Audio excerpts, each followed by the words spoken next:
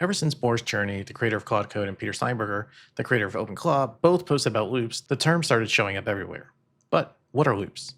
Today, I'm going to break down what loops are and share 5 examples that I actually use to do my job. Hi, my name's Damian, and I've been a software engineer for over 15 years. On this channel, I share what I've been learning, building, and using AI every day. So, what's a loop? A loop is a way for an agent to work autonomously towards a goal that you define. Over the past few months, Codex, Claude Code, and Cursor have all shipped some form of automation support. Claude Code calls them routines. Codex and Cursor call them automations. All three let you schedule prompts to run at a particular time. Claude Code and Codex can run them locally or in the cloud, while Cursor runs them only in the cloud. In the cloud, both Claude Code and Cursor can also be triggered by GitHub events or arbitrary webhooks. Cursor takes this even further by allowing you to trigger automations on things like a Sentry issue opening or a linear issue being created, or changing states, and more. All of these let your agents start acting proactively instead of waiting on you. The next core piece of loops is the goal concept. This is available in both Codex and Claude Code. At the time of this recording, a first-party goal is not available in Cursor.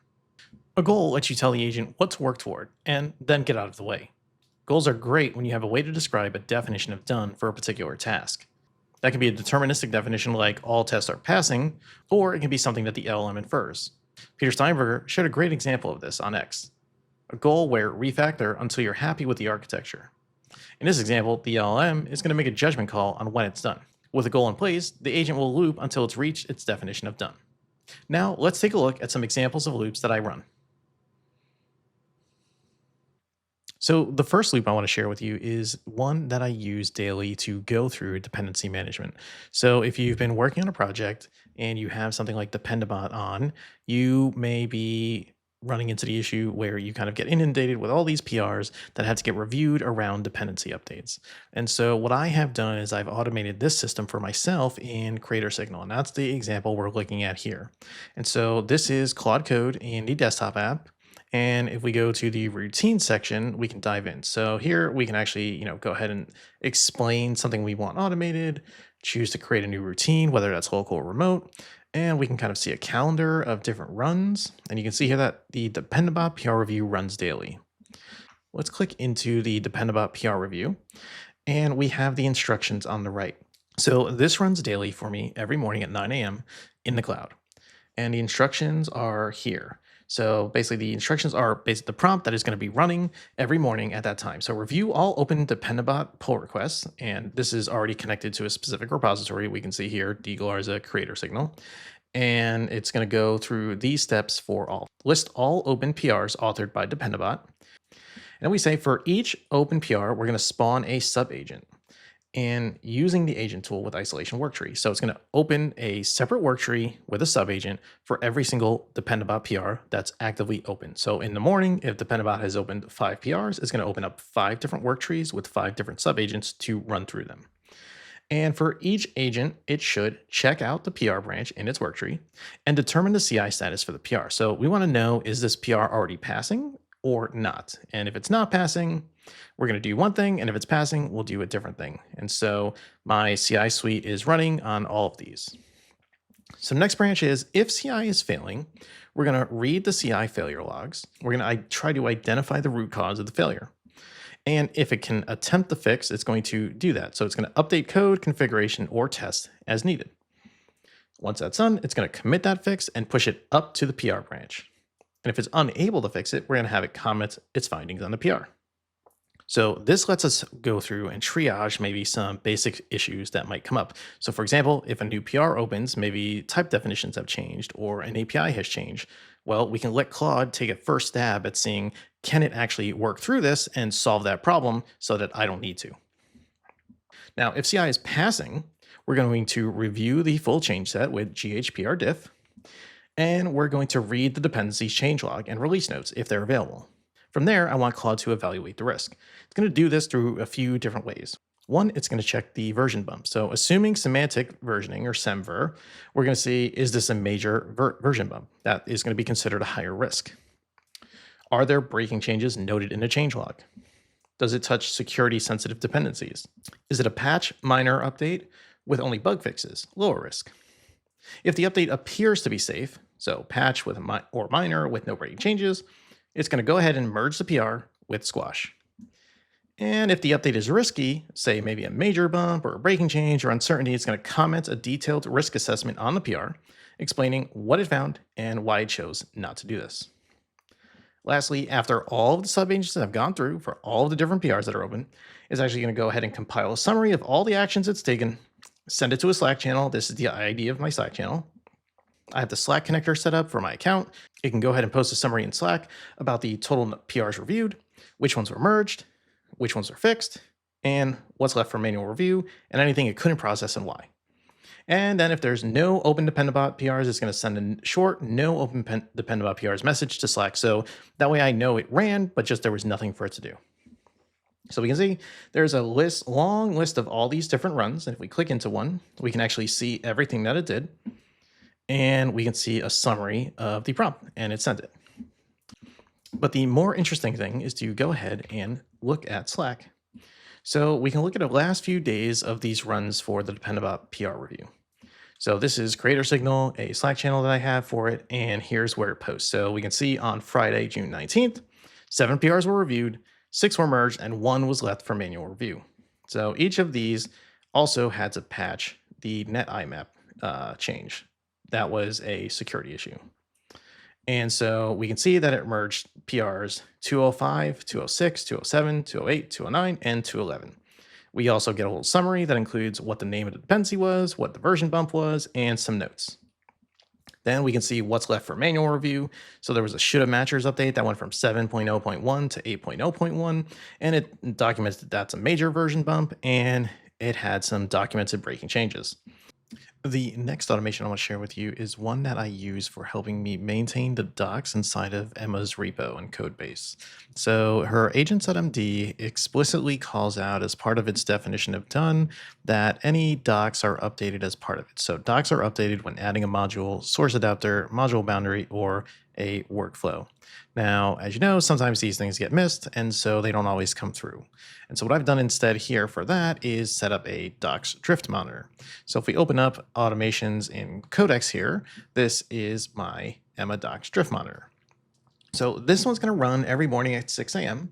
and it's going to check out a new branch and run through the latest changes. So we can see here, it says that audit the code base for documentation drift and keep the result actionable. So it's going to start by reading the agents.md, the plan.md, the progress.md, architecture, etc., and the docs that are relevant to anything that might have recently changed. Then it's going to go ahead and look at the Git history for things that have changed recently and the current work tree before drawing any conclusions. From there, it's going to look at the source, test script, all the relevant files, things like that.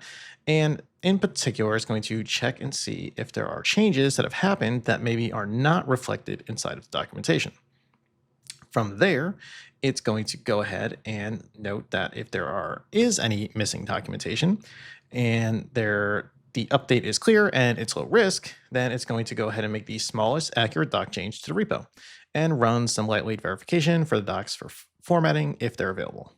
We have explicit instructions not to change any product code, and if doc changes are made and the verification passes, then it should go ahead and make a commit for docs only and use conventional commits and merge it into main. Because this is Emma's code base and I'm pretty active inside of it and I let Codex kind of really drive it, I'm comfortable in this scenario. So you just have it go ahead and merge into main without having to open a PR. In another scenario, different type of project, I might actually have it just open a PR for me to review and then merge that. But in this case, I feel pretty comfortable here doing it right into main. And if we go to GitHub, we can then kind of see one of these in action. So here is one that kind of ran 3 minutes ago. I ran a manual run, and we can see that it added some new docs for architecture. The next automation I want to walk you through is one that I use at work on a daily basis. So we have multiple repos which have multiple dependencies as you work on features. So because of the way things are architected, you might have a situation where there are dependencies between pull requests in different repos. So for example, you might have a scenario where you have a front-end repo and a back-end repo, and say the front-end changes maybe can't go out until the back-end changes have been released. So you might have, say, introducing new API that the front end depends on, something like that. And so what we do is we actually have, for one, we have a tag on PRs that is do not merge, or a label that is, And from there, we can kind of identify those things inside of, say, the PR description of what is blocked or can't be merged. And so for me, I set up a automation that is the shipping status automation. And so I'm not going to go through this whole thing, but I'm going to summarize kind of what it does. So basically, this runs every day at 9 and looks at the GitHub releases. So we use GitHub releases to track our release pipeline and what's kind of gone out. And so what I do is I have it go ahead and check across all the repos. So the back end, the front end, things like that. So I'm going to look at what releases went out and what they contained. It's going to scan that for changes that were mine. So my GitHub author and catalog what those are. From there, it's going to take that and generate a report. And so we're going to scroll down below to kind of the more interesting piece. So here's the formatting that we're describing. So finish with a concise report, the shipping status with a date, and what repo and what tag might have gone out or none. From there, it's going to go ahead and list the shipped commits and PRs, or say that nothing that I authored had gone out. From there, it's going to put together a table which has recent merged work and their first release. So the repo, the PR, which release it went out on, and what date that was. So that gives me an understanding of when my work went out. So that's useful in just knowing that. And then the next piece is a dependency status. So now it's going to go through also all the PRs that are currently open and look for things that might say that they have a label that says do not merge, and scan the description and see, did the description mention one of the PRs or features that has already gone out? And if it does that, it's going to go ahead and note the gate status. And so here it can kind of list out anything that may now be unblocked for me to go ahead and take action on. You can go ahead and take this a step further and go ahead and have it say automatically remove a label like do not merge when it identifies that it's clear to go. So next up is my weekly planning meeting. So our team at work has a weekly planning meeting where we get together and talk about what we've been working on, what the status of projects are, and things like that. And so this automation is scheduled differently from the other one. So this is the one that doesn't actually run daily, but instead actually runs on Thursdays at 9 a.m. because that's when the meeting is. So what this does is it goes through my Obsidian vault. So it captures any of my notes, my meeting notes, things like that. And we'll go through open loops for things like linear issues and GitHub PRs and things like that to help me kind of remember and recollect like all the things that I've been working on over the past week so that when it comes my turn in the meeting, I have something prepared to kind of go over. So this will go ahead and kind of like focus any open issues that maybe had been mentioned during any meetings, any action items that were mine during meetings that I need to kind of go over or catch people up on during the call, any kind of open PRs or what I have closed. So, okay, here's all the things that I have closed out or what's kind of in progress and where they are, any blockers that might have come up, things like that. So yeah, really kind of like help me prepare for that meeting and be ready to take my turn and share my project status. So this one's super handy for me on the weekly basis for that kind of meeting. You can adjust this for different types of things. So whether you have weekly kind of like leadership meetings or things like that. Super useful for kind of getting all of that context prepared for me. What I used to do before is kind of block out a bunch of time before the meeting, kind of sit down, try to prepare myself, whether that was looking through my notes, looking through any open issues, kind of like really getting myself ready for that meeting. But this kind of saves me a bunch of time to do that for me. And so this last one is actually one that I'm experimenting with that I haven't actually started using truly yet, but it's an interesting idea that I think could be really useful. So if you ever worked on a team that uses RFCs or requests for comments, they're very useful for kind of understanding where a project might go and how we might approach that. So we use that a lot for kind of like, okay, here's a problem we're trying to solve. Here's how I'm thinking about potentially solving it, working with the team to make sure that everybody's on the same page, maybe asking questions or providing comments for things that maybe need to be done a different way. And they're super useful in that way. Now, one thing that happens sometimes historically with these types of docs is that they can get out of date quickly. And so as you work on an engineering project, you might have all the best intentions with a specific plan when you first start, but as soon as you get into the code, things end up changing. And so how do you deal with that change? So I've been on teams before where you have an RFC and they get documented and things like that. And then, 1, 2, 3, 4 months later, it's now very out of date. Or just as you're working on it, a few days or a few weeks later, it gets out of date also.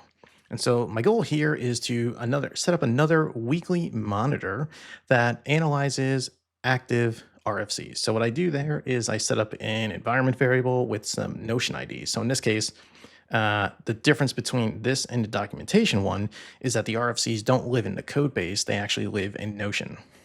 And so I'm using the active RFCs environment variable, storing some Notion IDs inside of there for the specific RFCs that I want to monitor. And then we'll go through and have it review it. So at the end of the week or the beginning of the week, it will go ahead and go through, kind of analyze that RFC, understand what it's covering, then look through the history of all of the things I've worked on. So it's going to look through GitHub and Linear to understand what has happened and see if anything's diverged from the RFC. And then right now, kind of report that back to me. I'm still kind of ironing out what that would look like over time as to make that actionable, whether it's, I don't necessarily want it to maybe update the Notion doc directly, but I wanted to kind of highlight and raise those things to me if possible. Now, if it could actually comment on the RFC, that would be even better to help kind of like outline that for me. But again, this is kind of helping it become more of a living doc, whether it's either editing the RFC or maybe attaching an appendix or maybe a table of changes that have happened, just so that if someone ever goes to read the RFC in the future, they're not looking at something that's completely stale and out of date. They can at least see a history of kind of decisions that were made to get to different steps in the process. These examples are just the tip of the iceberg.